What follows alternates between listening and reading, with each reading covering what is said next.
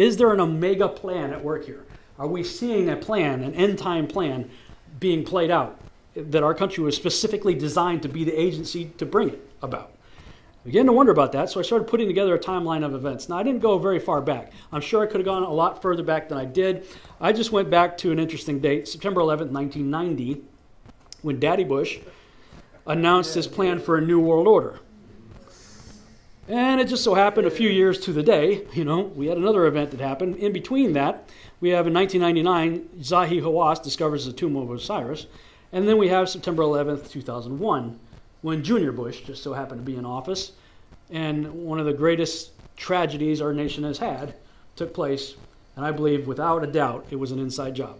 And here it is 15 years later. If you still haven't figured that out yet, please, dig yourself out of the sand, pull your head out of wherever it may be, and do some research. Okay, seriously. It's time we realize what really happened on that day. I saw the pockets of fire, but she's never knocked it down 2 lines. Where you know that? 78th floor, and it's look, we got tons. I saw the pockets of fire, we got tons. Isolated pockets of fire. 2 water lines to knock them down. FEMA's executive summary relays that much of the fuel in the planes, jet-grade kerosene, was consumed by the initial fireballs and the following few minutes of fire.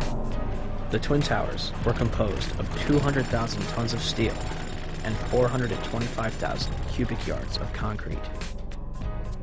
The core of each tower was a rectangular pillar 87 by 133 feet, comprised of 47 steel box columns ranging from 36 by 16 to 52 by 22 inches. An analysis released in 1964 claims that the buildings were investigated and found to be safe in an assumed collision with a 707 traveling at 600 miles per hour. Such collision would result in only local damage which could not cause collapse or substantial damage to the building.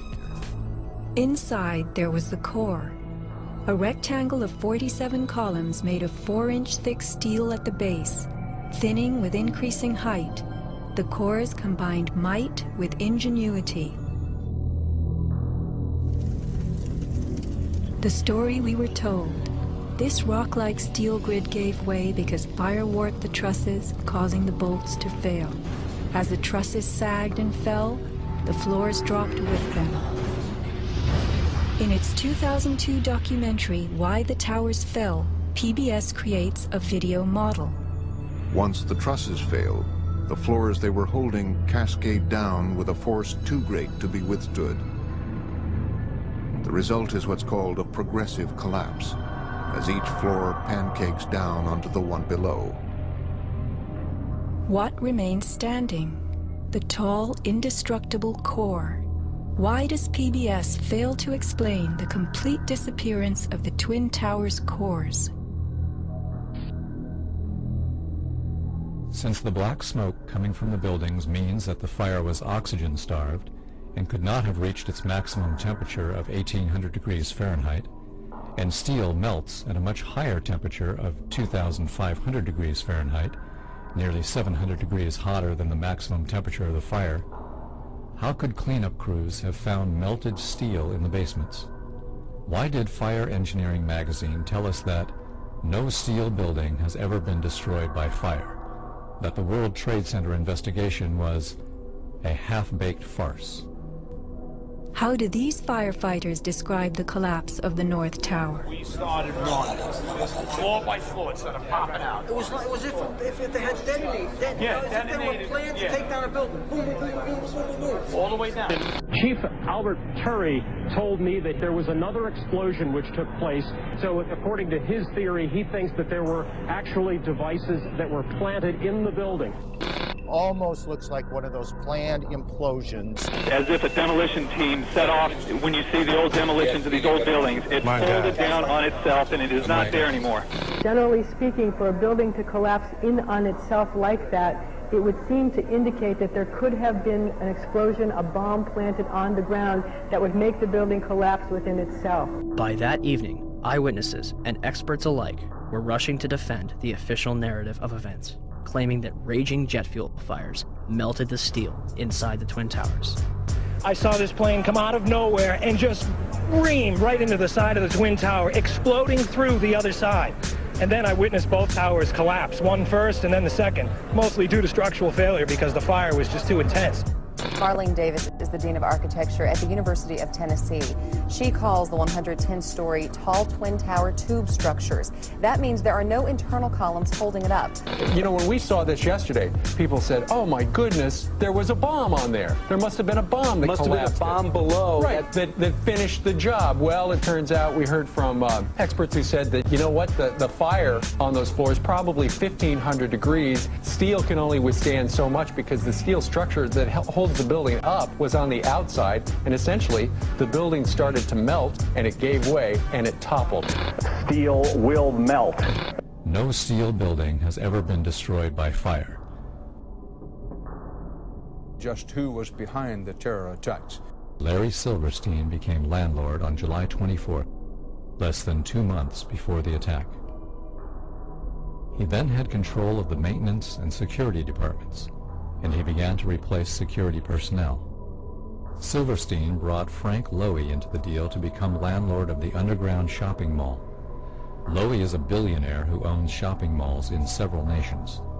After the towers disintegrated, Silverstein demanded insurance companies pay him twice what the policy stated, on the grounds that each tower underwent separate attacks.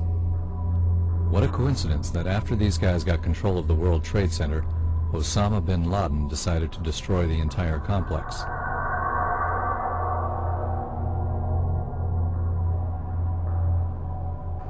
CBS's Jim Stewart in Washington has been tracking events all day and has the latest, Jim. We're told rescue workers have recovered a passport and the debris.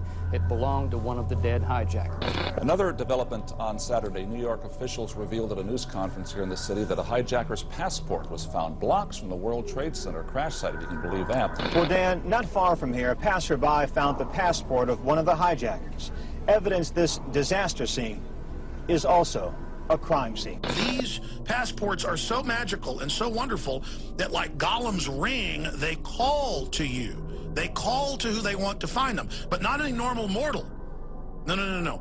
The ring calls out only to FBI agents. The 9/11 Commission says the CVRs and FDRs from American 11 and United 175 were not found. Yet, the FBI claims to have found the passport of Saddam al-Sakami, which managed to fly out of his pocket, through the explosion, and onto the streets of Manhattan below. So, 4 different black boxes, made from the most resilient materials known to man, were destroyed. Yet, a passport, made from a fragile material known as paper, managed to survive? Who writes this stuff?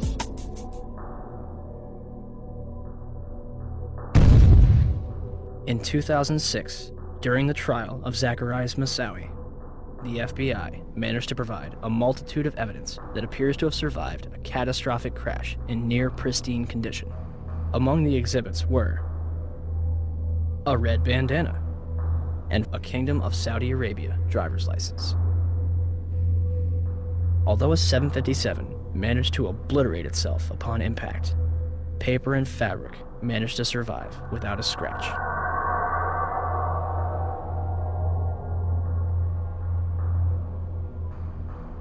A 6-month investigation by the Senate Intelligence Committee concluded in December 2006 that Abel Danger did not identify Muhammad Atta or any other 9/11 hijacker.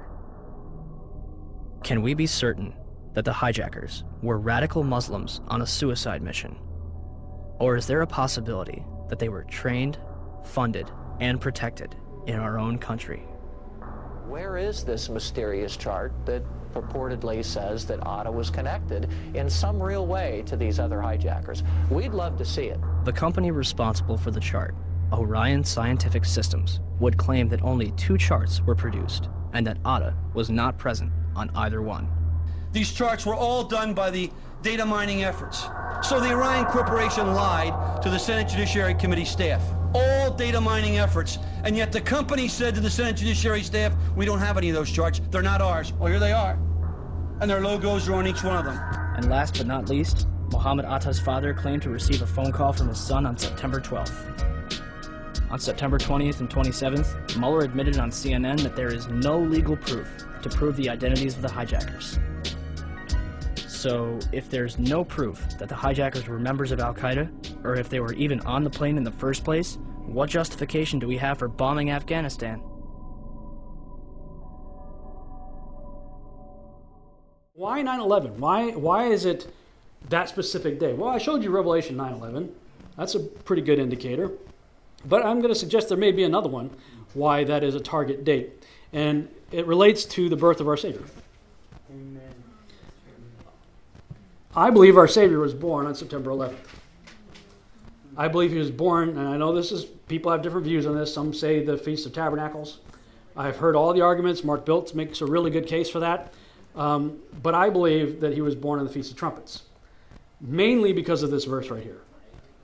This verse is a stellar alignment, Revelation chapter 12, 1 through 5. And it talks about a woman arrayed with the sun, the moon at her feet, and the stars at her head and all that.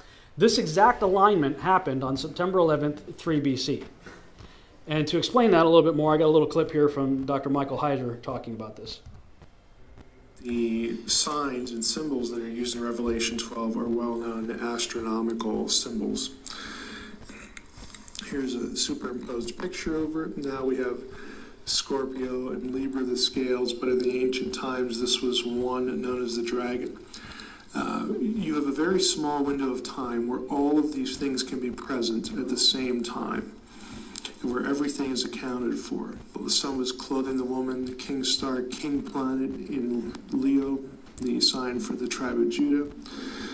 All of these things did occur in a year that fits well for Jesus' birth, and that is 3 BC. And the real sort of interesting thing about 3 BCs is since this concatenation of signs can only occur in an 80-minute window, we know exactly the date of the birth of the Messiah in 3 BC, and that date is September 11th. You can confirm this for yourself. There's some software called Stellarium.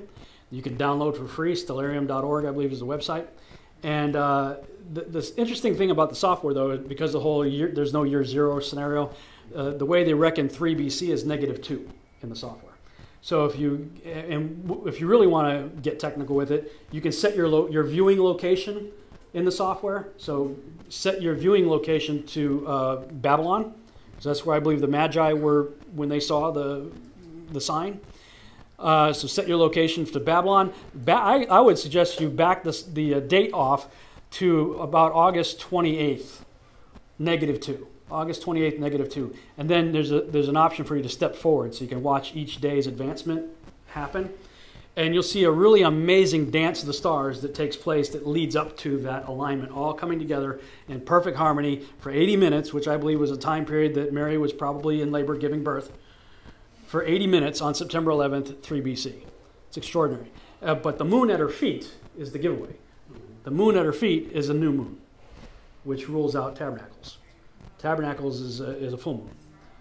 So, and the other problem is a lot of people, one of the anecdotal references for tabernacles is, well, he came and tabernacled among us and all that. Well, that wouldn't work either, because when a male is born, the woman there's 7 days of uncleanliness where they have to be isolated in their time of uncleanness, and all that. And then, of course, on the 8th day, he's circumcised. Well, he couldn't have been tabernacling among us because he would have been away with Mary in her time of 7 days of uncleanness. The other problem is that that's one of 3 feasts where the males are all commanded by God to be in Jerusalem. Not a good way for the sinless lamb to enter the world in violation of the commandment, with both his stepfather, Joseph, and him not in Jerusalem during that time because they're in Bethlehem. So, just reading Revelation chapter 12 and looking at Stellarium, that was a slam dunk for me. And then seeing the phase of the moon, where, what phase of the moon is, I'm like, and that works out better because he was born in trumpets, which is also known as the day that kings were coronated. So, and I believe that the earthly feasts represent things that take place in heaven. So while heavenly trumpets are going off, earthly trumpets are going off as the true King of Kings and Lord of Lords is being born on the day that kings are being coronated. And then you have the period of 7 days. Then you have his 8th day circumcision. You have Day of Atonement, and then everything's good to go. Let's go to Jerusalem. And then they were able to legitimately tabernacle among everybody for the Feast of Tabernacles. So that's This first appeared in scholarly journals in 1976. I can't remember the guy's name. It was Dr. Ernest somebody. But that information was out there a long time ago. Yeah. Publicly. Yeah, I guess it's been around for a while, but it's only recently kind of resurfaced. Of course, yeah. At about the same time as everybody suddenly started paying attention to the feast anyway. It used to be, that's the feast of the Jews. But now, a lot of Christians are realizing, hey, that stuff's for us too, and people are getting more intentional about checking that stuff out. So if that's true, then we have a big problem with among other problems, with the December 25th deal. Because I believe he's coming back on his birthday.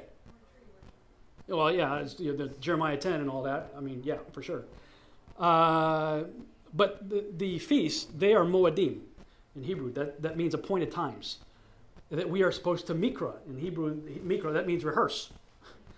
They are times that we're supposed to rehearse. Well, I've been in theater since 1986. Why do we rehearse? We rehearse to get it right. So that when the curtain opens and it's the main event, we all know our lines, we know our marks, and the play goes out the way it's supposed to. Well, if this is the divine script, and Yahuwah is the author of this divine script, then the main character is Yeshua, and he knows his lines perfectly, and he hits his mark every time, and he does so on the Moedim, on the appointed times. So we know that he came, he died on Passover, right? He was buried on unleavened bread. I personally believe he rose on Shabbat, just before the end of Shabbat. Whatever the case may be, we have the first fruits right after that.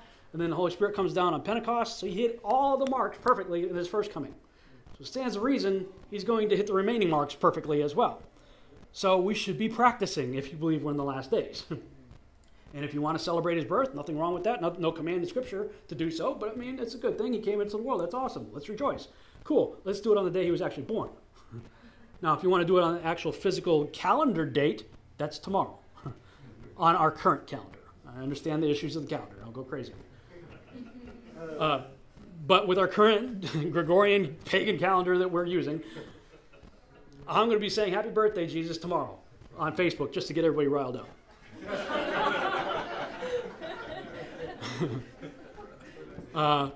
While preparing to celebrate during Feast of Trumpets, which, of course, on the Gregorian calendar slides, on the Gregorian calendar. But what a strategic thing for the enemy to do. Get us all to celebrate Christ the King. Oh, by the way, Christ is a generic word. Cyrus, pagan Cyrus king, was a Messiah. It just means anointed one. Anointed one. Somebody who's anointed. There are a lot of Christs, right?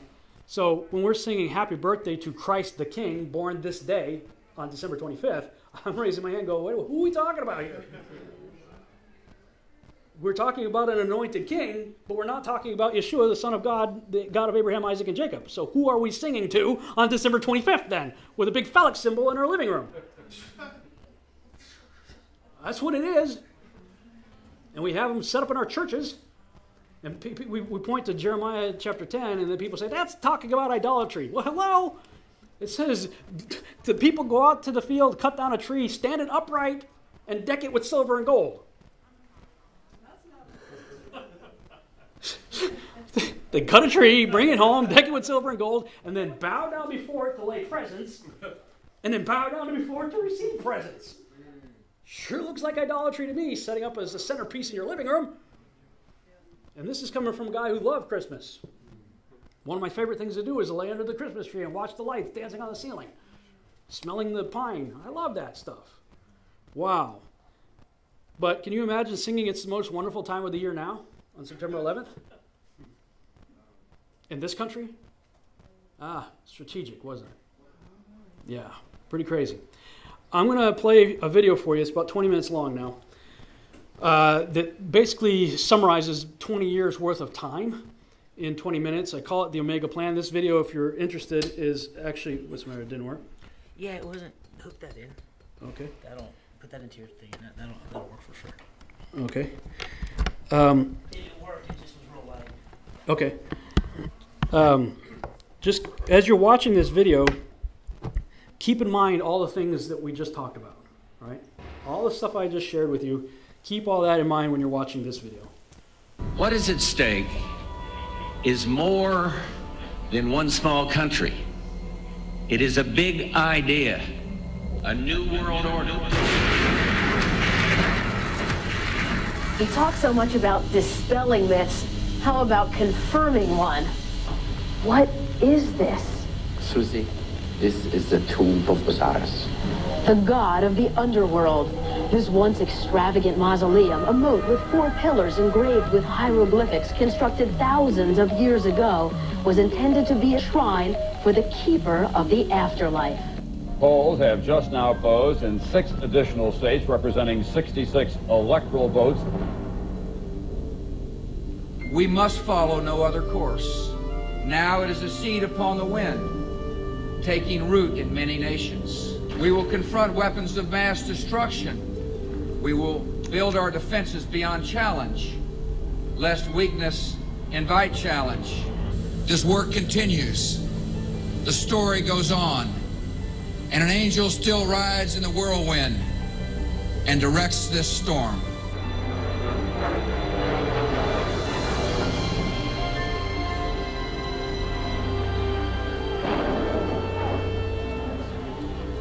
Heard the first one come in. I didn't know what it was. It sounded like a missile. Oh my God, Ed, another plane just hit the World Trade Center. Wait, oh my God, the building fell! We have no idea what caused this. Let us never tolerate outrageous conspiracy theories concerning the attacks of September the 11th. Malicious lies that attempt to shift the blame away from the terrorists themselves, away from the guilty. On the morning of September 11th, 2001, 19 men armed with box cutters, directed by a man on dialysis in a cave fortress halfway around the world, using a satellite phone and a laptop, directed the most sophisticated penetration of the most heavily defended airspace in the world, overpowering the passengers and the military combat-trained pilots on 4 commercial aircraft before flying those planes wildly off course for over an hour without being molested by a single fighter interceptor. These 19 hijackers, devout religious fundamentalists who like to drink alcohol, snort cocaine, and live with pink-haired strippers, managed to knock down 3 buildings with 2 planes in New York, while in Washington, a pilot who couldn't handle a single-engine Cessna was able to fly a 757 in an 8,000-foot descending 270-degree corkscrew turn to come exactly level with the ground, hitting the Pentagon in the budget analyst office where DoD staffers were working on the mystery of the $2.3 trillion that Defense Secretary Donald Rumsfeld had announced missing from the Pentagon's coffers in a press conference the day before, on September 10th, 2001. Luckily, the news anchors knew who did it within minutes. Osama bin Laden. The pundits knew within hours. Osama bin Laden. The administration knew within the day. Terrorists who committed these acts and those who harbored them. And the evidence literally fell into the FBI's lap. That a hijacker's passport was found blocks from the World Trade Center crash site, if you can believe that. But for some reason, a bunch of crazy conspiracy theorists demanded an investigation into the greatest attack on American soil in history. That investigation was delayed, underfunded, set up to fail, a conflict of interest, and a cover-up from start to finish. It was based on testimony extracted through torture, the records of which were destroyed. It failed to mention the existence of WTC-7, Able Danger, P-TECH, Sibel Edmonds, OBL and the CIA, and the drills of hijacked aircraft being flown into buildings that were being simulated at the precise same time that those events were actually happening. It was lied to by the Pentagon, the CIA, the Bush administration, and as for Bush and Cheney, well, no one knows what they told it because they testified in secret, off the record, not under oath, and behind closed doors. It didn't bother to look at who funded the attacks because that question is ultimately of little practical significance. Still, the 9/11 Commission did brilliantly, answering all of the questions the public had, except most of the victims' family members' questions, and pinned blame on all the people responsible, although no one so much as lost their job, determining the attacks were failure of imagination. Because nobody in our government, at least, and I don't think the prior government that could envision flying airplanes into buildings. Except the Pentagon, FEMA, NORAD, and the NRO. The DIA destroyed 2.5 terabytes of data on Able Danger, but that's okay because it probably wasn't important. NIST has classified the data that they used for their model of WTC-7's collapse, but that's okay because knowing how they made their model of the collapse would jeopardize public safety. Osama bin Laden lived in a cave fortress in the hills of Afghanistan, but somehow got away. Then he was hiding out in Tora Bora, but somehow got away. Then he lived in Abbottabad for years, taunting the most comprehensive intelligence dragnet, employing the most sophisticated technology in the history of the world for a decade, releasing video after video with complete impunity and getting younger and younger as he did so, before finally being found in a daring SEAL team raid which wasn't recorded on video, in which he didn't resist or use his wife as a human shield, and in which these crack special forces operatives panicked and killed this unarmed man, supposedly the best source of intelligence about those dastardly terrorists on the entire planet. Then they dumped his body in the ocean before telling anyone about it. Then a couple dozen of that team's members died in a helicopter crash in Afghanistan. You will never ever express doubts about any part of this story to anyone. ever. Imagine the startling proposition that the Nephilim, the giants, the mighty men of old, the gods and children of the Watchers, could somehow rise up, could somehow be reconstituted inside of a body. And, of course, I've discussed with you before my theory that one of the greatest legends in history could be a record of that having actually happened. And I'm referring to Nimrod, who some scholars also identify as Gilgamesh of Sumerian fame, Apollo of Greek fame, Osiris of Egyptian fame. And this Gilgamesh was a giant who a lot of people didn't even believe was anything more than myth until his grave marker was found a few years back. And then, according to some people, the military swooped in and took possession and control of that dig. Hey, Tom, I want to interject something. I talked to a special operations general who was there when Gilgamesh's remains, and his words were he was in a state of remarkable preservation, okay? He said they have Gilgamesh's remains. So if they have Gilgamesh and he is Nimrod, they got it. And the whole point was to extract the DNA. When the Iraqi regime fell in April 2003, the Iraqi Museum in Baghdad and museums in other provinces such as Mosul, Basra, and Babel were exposed to theft for 2 consecutive days. The theft was carried out by local and international networks as well as Iraqi and Arab agents. It is estimated that 170,000 artifacts were stolen, 15,000 of which have no registration records. The most important of these artifacts are the Sumerian Cuneiforms, which represents the philosophy of life and death. Many date back to Mesopotamian times, more than 4,000 years ago. Artifacts pertaining to the civilizations of the Sumerians, Babylonians, and Chaldeans, and others that go back thousands of years in history, were taken away from the land of the 2 rivers. In addition, entire book collections from certain historic eras disappeared from the National Library, thus negatively affecting Iraq's wealth of civilization and culture. One must also mention that some artifacts were stolen and sent to Israel via the American forces.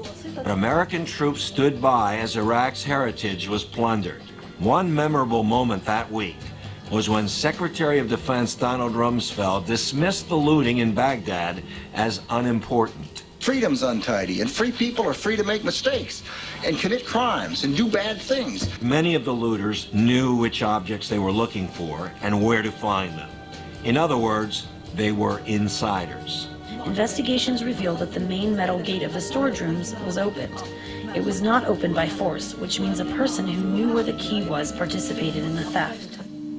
J.P. Morgan Chase Bank led a 13-bank consortium to establish the Central Bank of Iraq.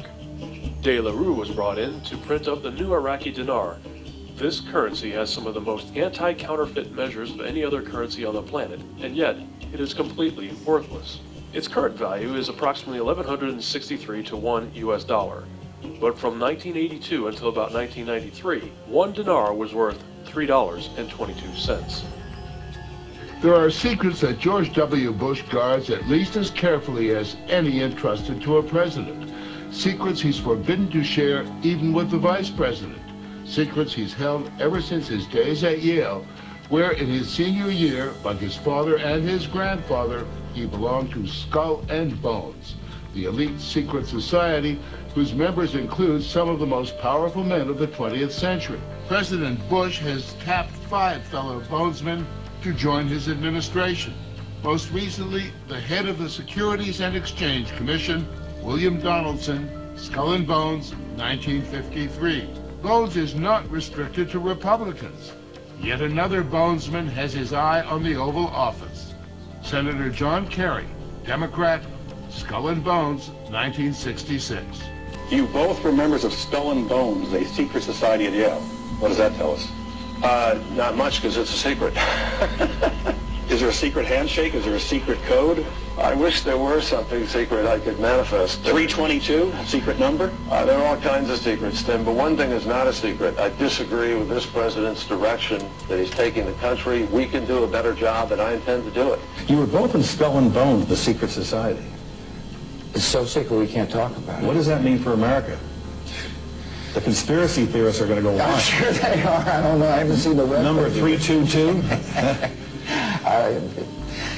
First of all, he's not the nominee, and but Look, I look forward. Are you prepared to lose?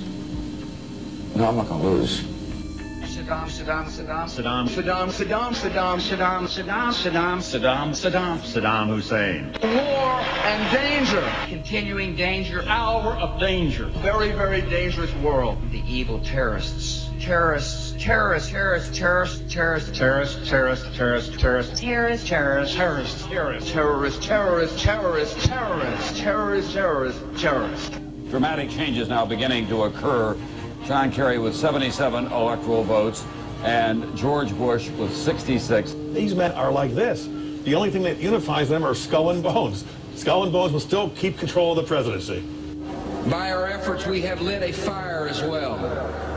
A fire in the minds of men. It warms those who feel its power. It burns those who fight its progress.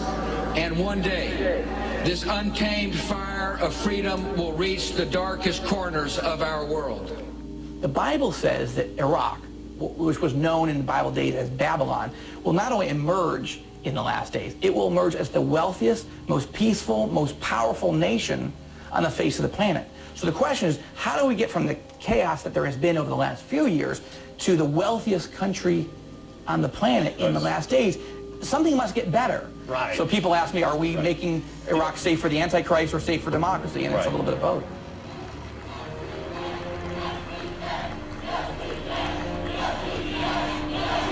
We cannot continue to rely only on our military in order to achieve the national security objectives that we've set. We've got to have a civilian national security force that's just as powerful, just as strong, just as well-funded. And those who tell us that we can't, we will respond with that timeless creed that sums up the spirit of a people. Yes, we can. Thank you, Satan. With profound gratitude and great humility, I accept your nomination for presidency of the United States. All across America, something is stirring. It's been a whirlwind of activity these first 100 days. Finally, I believe that my next 100 days will be so successful, I will be able to complete them in 72 days. And on the 73rd day, I will rest. What did the President and the Pope talk about this morning? The Vatican positions, you know, don't fall into the usual left and right of American politics. The Pope, for example, is for stronger world government. And he just issued an encyclical, a sort of Vatican position paper, calling for much stronger regulation of the financial world. And at the same time, of course, the Pope is opposed to abortion and stem cell research, which Mr. Obama favors. E pluribus unum. That was Latin. It's what's inscribed on a quarter. Out of many, one. Of course, the visual highlight was the president touring the pyramids, outside and in. Purification, mummification. Self-identification. That looks like me. Look at those ears. Separated at birth from a hieroglyphic, but the president's guide saw another resemblance. Mr. President, you look like King Tut. I've been told. Yes, it's true. He should know about King Tut. Dr. Sahi Hawass oversaw scans of Tut's mummy that produced this likeness. The president's trip inspired Egyptians to display decorations calling Obama the new King Tut of the world. But even the new King Tut couldn't budge a pyramid. Still, it's good practice for trying to push peace in the Mideast. Scientists from all over the world are trying to figure out what caused a mysterious blue light to spiral in the sky over Norway on Wednesday. Early yesterday morning, just before dawn, this appeared in the Norwegian sky. A blue light, small at first, growing into a spiral, and then disappearing into what appeared to be a black hole. Thousands of Norwegians bombarded the Meteorological Institute to ask what that light could have possibly been. Some feared it could have been a meteor, others a black hole, and there are even those that thought it could be aliens. December 21st, 2010, I looked up and I saw a decapitated blood red head, looked like, floating over the shoulders of Orion at 2:22 in the morning. Oh, by the way, 2:22 in the morning Central Standard Time is 3:22 in the morning Eastern Standard Time. 322 is the coveted number of the Skull and Bone Society, of which the whole Bush family has been strongly associated with, as was Kerry. 2 Illuminist, 322. What's that? A skull? A decapitated head on top of a pile of bones? 322, what was happening in Iraq at that very moment? Iraq had just announced the foundation of its newly formed government. And the entire planet, you could look this up for yourself, shook. The seismographic monitors that check earthquake activity around the world, every one of them went into the black that night. What's going on? I don't know. After nearly 9 years, our war in Iraq ends this month. Today I'm proud to welcome Prime Minister Maliki, the elected leader of a sovereign, self-reliant, and democratic Iraq. In the coming years, it's estimated that Iraq's economy will grow even faster than China's or India's. Here's my dinars. I got them. Well, you know, look, I from the Trade Bank of Iraq, the only ATM in the country. Look, this is a country that's resource-based, that obviously has tremendous aid by the U.S., but could be very self-sufficient with all these oil companies that we've been talking about that are exploring, they're about to explore there. And so I told my viewer, look, I can't fight it. I would like to know how best to get it, and it would really be great if, you know, these guys set up these ETFs all the time. How about an ETF to play the dinar? That would really be the best way to go. For the first time in 2 decades, Iraq is scheduled to host the next Arab League summit, and what a powerful message that will send throughout the Arab world. And finally, we're partnering for regional security. For just as Iraq has pledged not to interfere in other nations must not interfere in Iraq. Iraq's sovereignty must be respected. And let us never forget those who gave us this chance. The untold number of Iraqis who've given their lives.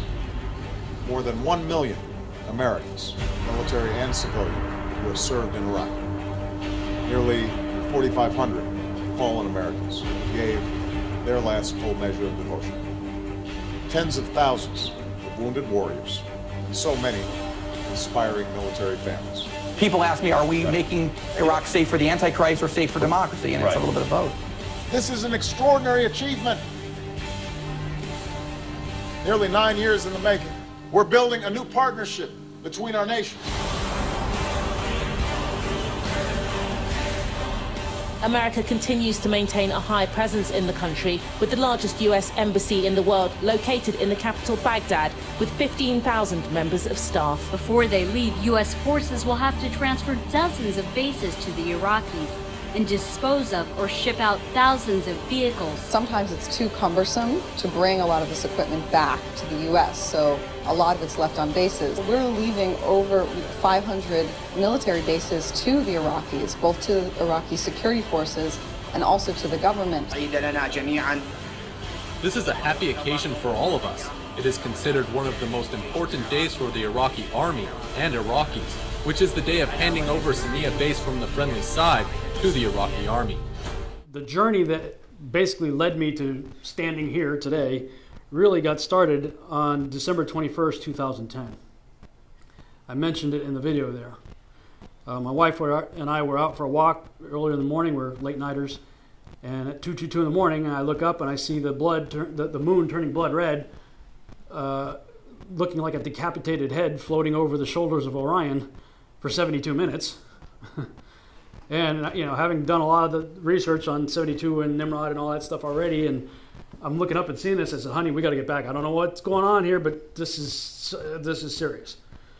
So I got back home, and the thought occurs to me that, wow, 222 our time, Central Standard Time, was 322 Eastern Standard Time, of course, the whole skull and bones and all that deal, and 72 minutes being a high occult number.